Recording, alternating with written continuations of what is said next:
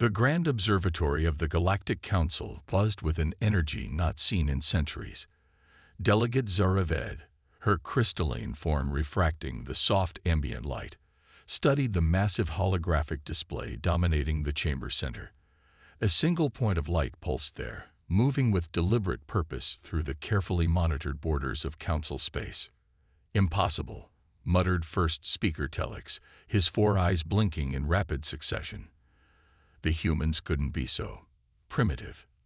Zaraved shifted her crystalline structure, a gesture equivalent to raising an eyebrow among her kind. "Primitive, first speaker.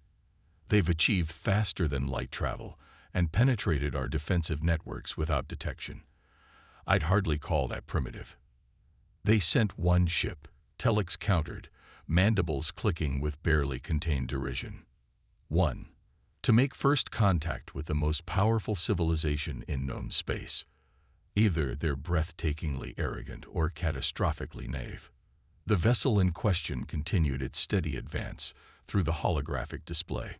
Unlike the sleek biological curves of council ships or the crystalline geometries of the Nexus Alliance, the human vessel defied conventional design philosophy. Its hull seemed to drink in light rather than reflect it, creating an unsettling void in space where a ship should be. "The analytical division's preliminary reports are peculiar," Zaraved noted, bringing up a cascade of data with a gesture. "The ship's energy signature doesn't match any known configuration. It's as if the readings are contradicting themselves." "Explain," Telex demanded, his attention finally pulled from the holographic display. "By all our instruments, the vessel appears to be both massive and minuscule simultaneously. It registers as both heavily armed and completely defenseless. Our most sophisticated sensors can't seem to decide if it's one ship or many." The chamber's atmosphere grew tense as more council members filtered in, drawn by the unprecedented situation. Humanity had been observed for centuries, deemed too volatile and fractious for contact. Their sudden emergence in council space with a single vessel violated every prediction and protocol. "They're broadcasting," announced technical overseer Crix, their mechanical form humming with increased processing activity. "Text only, in all major council languages." The message materialized in the air before them, elegant in its simplicity. "We come seeking dialogue. We come bearing gifts. We come with hope. We are humanity." "Such presumption," Telex scoffed. "Dispatch the defense fleet. Show these humans proper protocol, and perhaps teach them the foolishness of approaching the council with a single." "First speaker," Zaraved interrupted, her crystalline form vibrating with alarm. "The ship, it's changing." The dark vessel had stopped, holding position just outside the council's core defense perimeter. Its surface began to ripple like liquid metal, sections shifting and flowing in ways that shouldn't be possible for solid matter. The energy readings that had confused their sensors suddenly made perfect sense, and no sense at all. "By the first light," Telex whispered, all four eyes wide with disbelief. The human vessel wasn't transforming, it was unfolding. Like an impossibly complex puzzle box, its surfaces split and reformed, revealing layers within layers. What had appeared to be a single ship began to separate into distinct components, each one a fully functional vessel in its own right. Yet they remained connected by streams of energy that defied known physics, creating a lattice of light that stretched across space itself. Where one ship had been, now floated a fleet. But more than that, it was a self-contained civilization. Research vessels, diplomatic carriers, medical ships, and yes, warships, all emerged from what they had dismissed as a single primitive vessel. Each component was a masterpiece of engineering in its own right, but together they formed something unprecedented in galactic history. "Another transmission," Crix announced, their mechanical voice carrying a note of what could only be described as awe. "We are one ship, as humanity is one people. We are many ships, as humanity contains multitudes.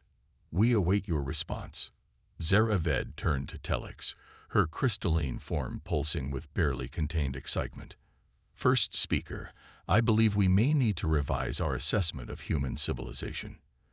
The first speaker could only nod, his earlier derision forgotten as he watched humanity's gift to the galaxy continue to unfold before them. They had expected primitives bearing trinkets, seeking admission to galactic society. Instead, they faced innovators who had reimagined the very nature of space travel itself. "Prepare the diplomatic reception chambers," he finally managed. "All of them." And he paused, mandibles clicking thoughtfully. "Have our best physicists standing by. Something tells me we're about to learn far more from these humans than we anticipated teaching them." As the council chamber erupted into activity, the human vessels maintained their perfect formation, each component moving in concert with the others like a carefully choreographed dance. They had achieved what countless civilizations had attempted. True unity in diversity, strength through separation, yet perfect coordination. And this, Zaraved realized with growing excitement, was only their greeting. The Council's diplomatic reception chamber had never hosted anything quite like this. Chief Scientist Mira Chen stood before the assembled alien dignitaries, her holographic displays showing the impossibility that was the human vessel, or vessels, depending on how one chose to perceive it. "What you're seeing isn't merely advanced engineering," Mira explained, her calm voice belying the revolutionary nature of her words. "It's a fundamental reimagining of what a spacecraft can be." The assembled aliens watched as the hologram demonstrated the ship's transformation sequence again. Telix leaned forward, his 4 eyes tracking every detail. "You speak of reimagining, yet surely there are principles that cannot be ignored. Mass cannot simply appear and disappear."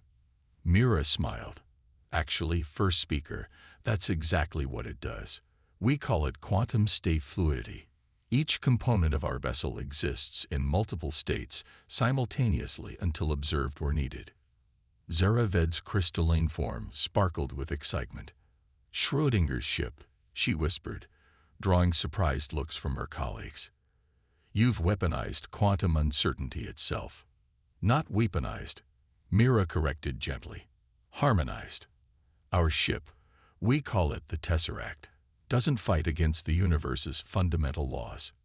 It dances with them." The demonstration was interrupted by urgent chimes. Emergency signals flashed across the chamber's displays. A massive energy surge had been detected at the edge of the system. "Pirates," Crix announced, their mechanical form processing data streams. "The Crimson Collective, 3 heavy cruisers and support vessels. They must have learned of the diplomatic gathering." Telix rose, mandibles clicking in agitation. "Deploy the defense fleet. We cannot allow." "Please," Mira interrupted, her expression serene. "Allow us to demonstrate another aspect of the Tesseract's capabilities." Outside, in the void of space, the human vessel began its dance. What had been a diplomatic configuration flowered into something new. Components shifted and flowed, quantum states collapsing into new forms with elegant precision. The pirates struck first, energy weapons lashing out at what they perceived as a chaotic, vulnerable target. Their beams passed through empty space as the Tesseract's components phased between quantum states, becoming both present and absent simultaneously. "Impossible," breathed Telix, watching the display. "No shield technology can." "It's not a shield," Mira explained. "The attacks are striking where we were, not where we are. The Tesseract exists in a quantum superposition until interaction is required." The pirate fleet, realizing their conventional tactics were useless, attempted to scatter. Too late.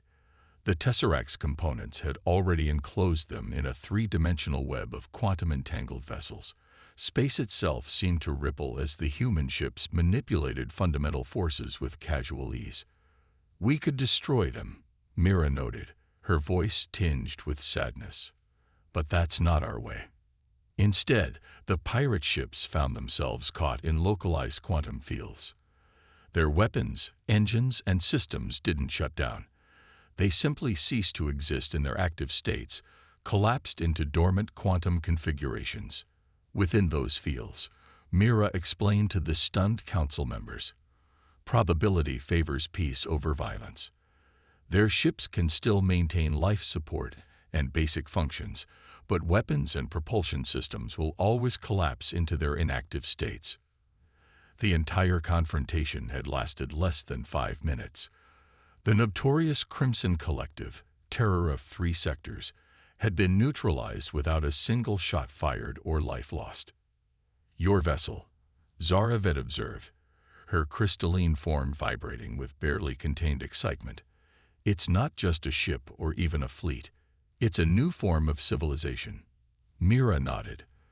"The Tesseract is our message to the galaxy. Humanity spent millennia fighting itself, trying to force unity through dominance. We finally learned that true strength comes from embracing complexity, from finding harmony in seeming contradiction. And now you offer this knowledge to us." Telix asked, his earlier skepticism replaced by cautious hope. "We offer partnership," Mira corrected.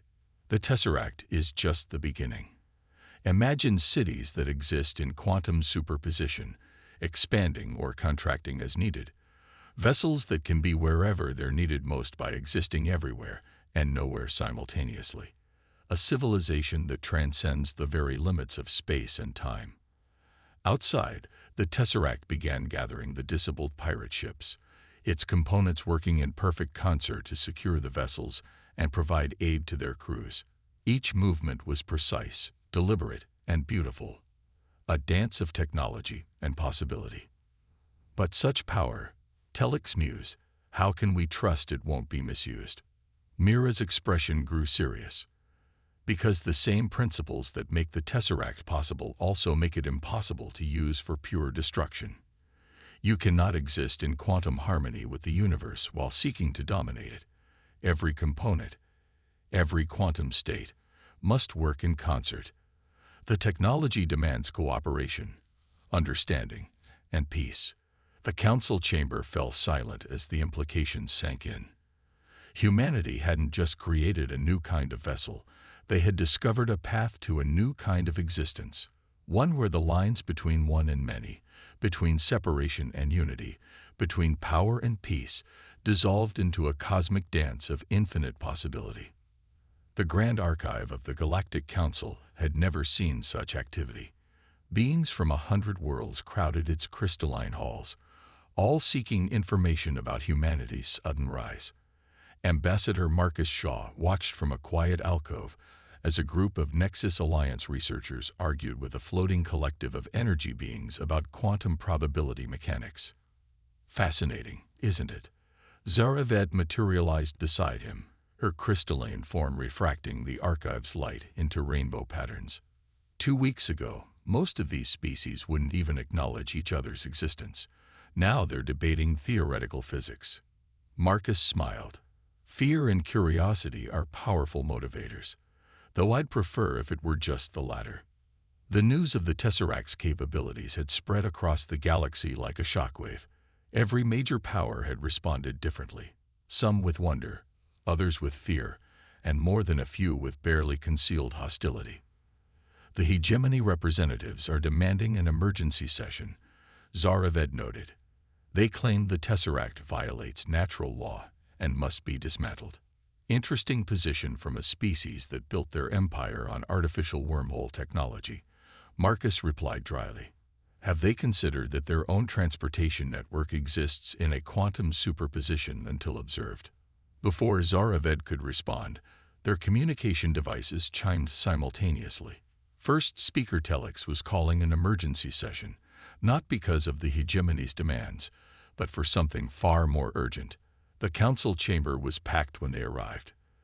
The Tesseract's holographic representation dominated the central display, but now it showed something new. The quantum vessel had reconfigured itself into an expanding network, its components spread across an entire sector of space. 3 hours ago, Telix announced, his voice grave, "Our long-range sensors detected a gamma-ray burst from a nearby star. The wavefront will reach populated systems within days." Murmurs of concern rippled through the chamber. Gamma-ray bursts were among the most destructive forces in the universe, capable of stripping entire planets of their atmospheres. The affected systems are too far for conventional evacuation. Telex continued, and our shield technology cannot withstand. We can help, Marcus interrupted, stepping forward. The Tesseract wasn't designed solely for transportation or defense. Its quantum network can be adapted to create a probability field large enough to protect the threatened systems. Impossible, declared the hegemony's representative, his metallic scales bristling. No technology can affect probability on that scale. Watch, Marcus said simply, gesturing to the display. The Tesseract's components were already moving, spreading themselves in a precise geometric pattern. Each piece maintained its quantum connection to the others, creating a web of possibility that stretched across light years. What you're seeing, Marcus explained, is the formation of a quantum probability shield. When the gamma-ray burst reaches this region, it will encounter a space where the laws of physics favor deflection over penetration. The energy will be redirected harmlessly into interstellar space. And we're supposed to trust that this untested technology won't make things worse, the hegemony representative demanded. You don't have to trust us, Marcus replied. Send your own scientists to verify our calculations. The quantum mathematics behind this are universal. Your people will be able to confirm our work. The chamber erupted in debate, but Zaraved noticed something more interesting. Representatives from traditionally hostile species were working together, combining their knowledge to understand and verify the human proposals. The hegemony's own quantum specialists were already deep in discussion with council scientists. You planned this, she realized, turning to Marcus. Not the gamma-ray burst, obviously, but this moment, when the galaxy would have to choose between old fears and new possibilities. Marcus's expression remained neutral, but his eyes twinkled. Humanity learned long ago that the greatest threats don't care about our political divisions. Climate change, cosmic disasters, the fundamental challenges of existence, they affect us all equally. We either face them together or perish separately. In the display, the Tesseract's quantum network continued to expand. Each component maintained its perfect dance with the others, their combined quantum fields beginning to alter the very fabric of space-time. The field is stabilizing, announced Crix, their mechanical form processing vast streams of data. Quantum coherence at 99.9% across all nodes. The probability matrix it's beautiful. Even the hegemony scientists had fallen silent, watching in awe as mathematics they had thought theoretical became reality before their eyes. The Tesseract wasn't just protecting planets now. It was demonstrating a new way for the galaxy itself to function. This technology, Telex said slowly, if applied on a larger scale, could revolutionize everything. Marcus finished. Quantum shields against cosmic disasters.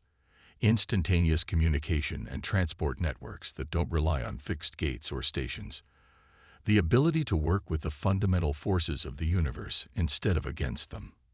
But such power, the hegemony representative began, requires cooperation, Marcus emphasized.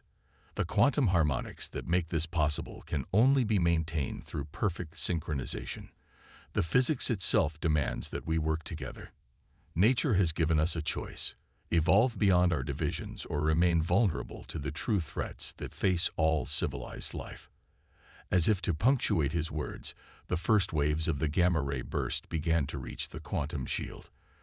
The assembled representatives watched in awe as the devastating energy encountered the probability field and simply flowed around it like water around a stone.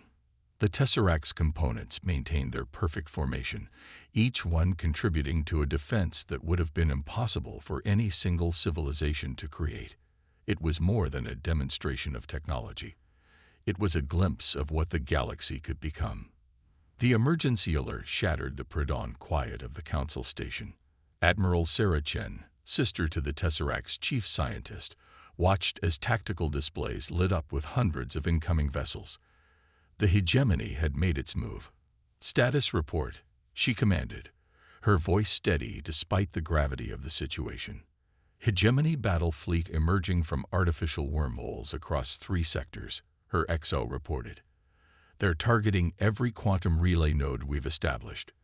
Their declaration of war cites preservation of natural law as justification. Sarah allowed herself a small smile. How very traditional of them. Signal the Tesseract. Initiate Protocol Ouroboros. The massive quantum vessel, which had been maintaining the gamma-ray shield network, began to shift. Its components didn't withdraw or consolidate as the hegemony had likely expected. Instead, they began to multiply. Impossible, breathed the hegemony's Grand Admiral, watching from his flagship as his tactical display updated. Their ship is reproducing, not quite reproduction.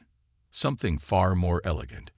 Each component of the Tesseract was entering a quantum superposition state, existing in multiple locations simultaneously. The laws of physics hadn't been broken, merely reinterpreted. Attention hegemony forces, Sarah's voice transmitted across all frequencies. Your wormhole technology relies on quantum tunneling.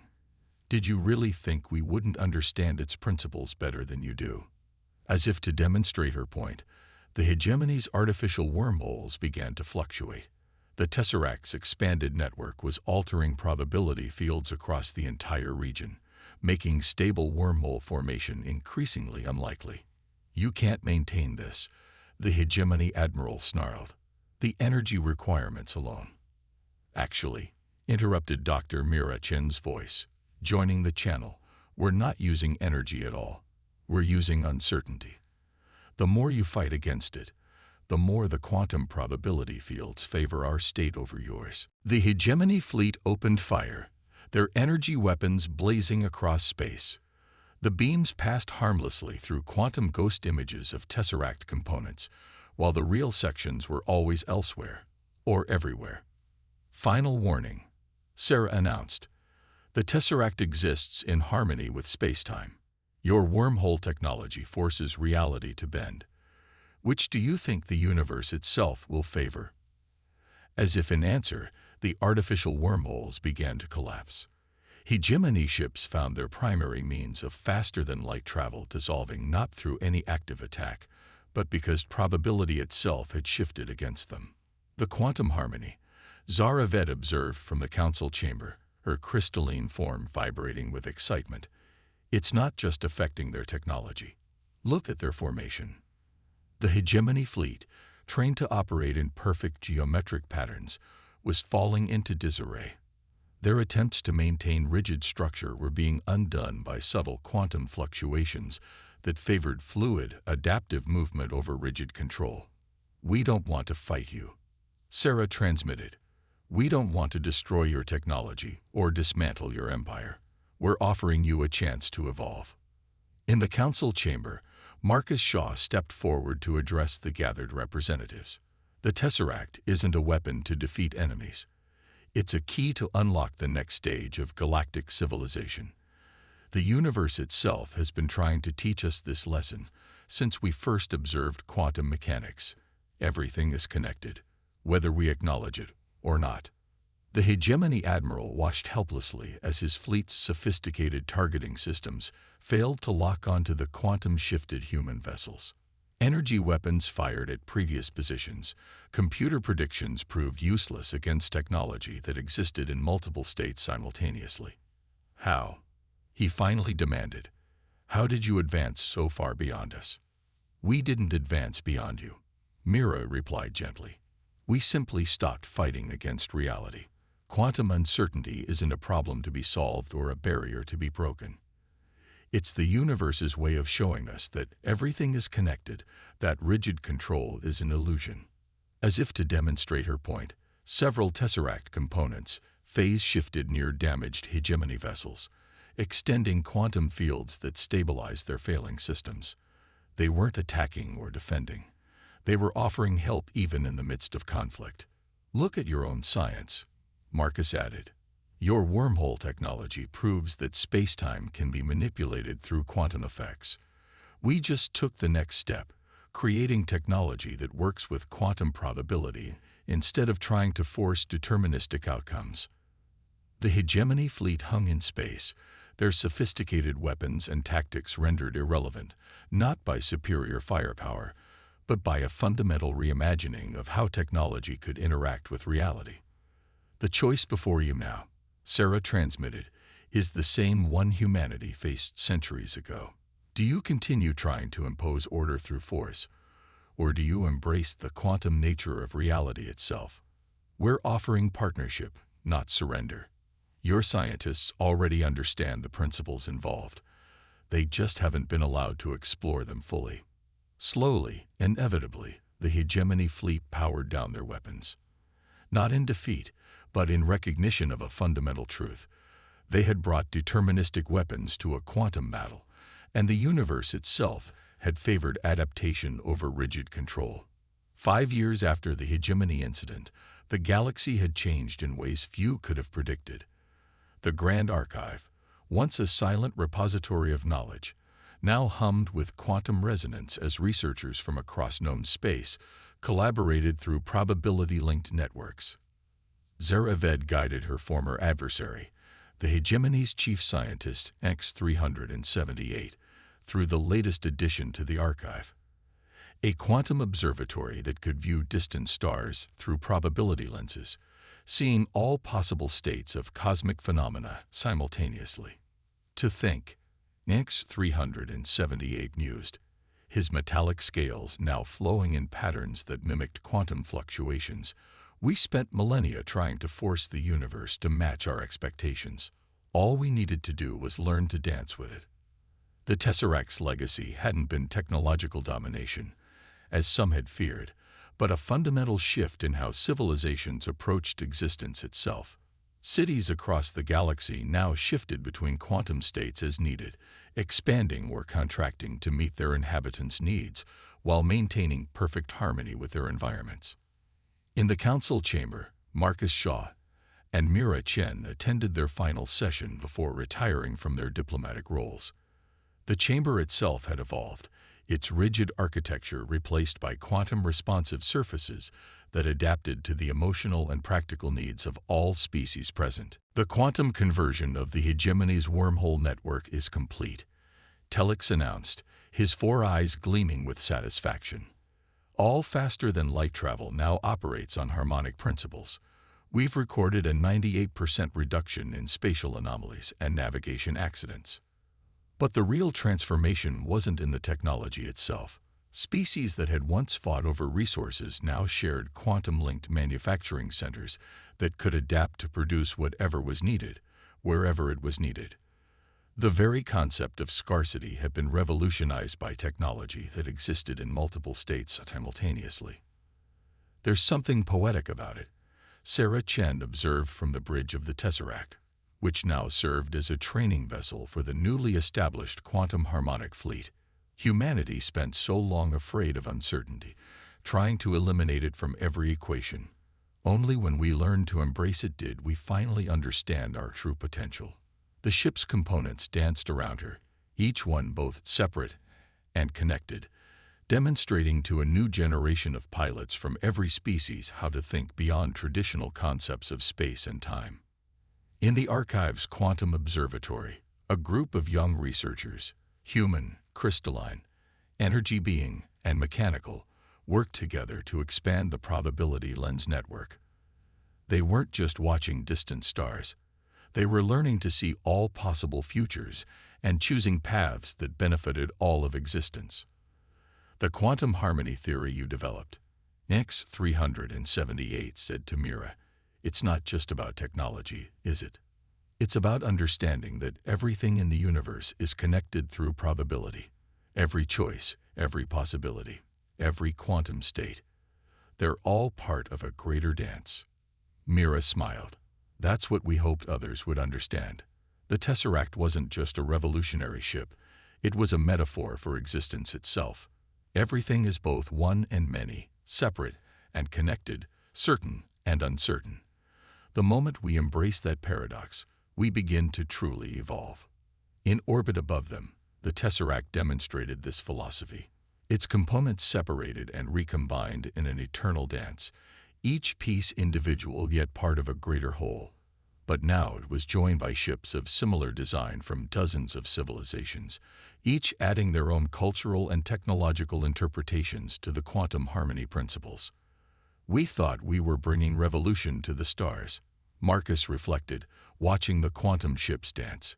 Instead, we simply showed the galaxy what it already was, a vast quantum system of infinite possibility, waiting for conscious beings to learn its dance. The final trade barriers between civilizations had fallen not through political negotiation, but through the simple reality that quantum-linked technology required cooperation to function. Species that had once seen themselves as separate and competing now understood they were all expressions of the same cosmic dance. As the gathered representatives watched the quantum ships perform their intricate ballet against the backdrop of space, Zara Ved's crystalline form pulsed with a profound realization. We used to think humanity was naive, sending one ship to meet the galaxy. We never understood that they were showing us the most fundamental truth of existence, that the one and the many are the same thing, seen from different perspectives. The Tesseract continued its eternal dance, its components both separate and unified, much like the galaxy itself had become. It stood as a testament not to humanity's superiority, but to a universal truth they had helped others recognize, that in a quantum universe, cooperation isn't just moral philosophy. It's the most natural state of existence. The galaxy had been transformed not by force or technological superiority, but by a simple shift in perspective. Where there had been competition, now there was harmony.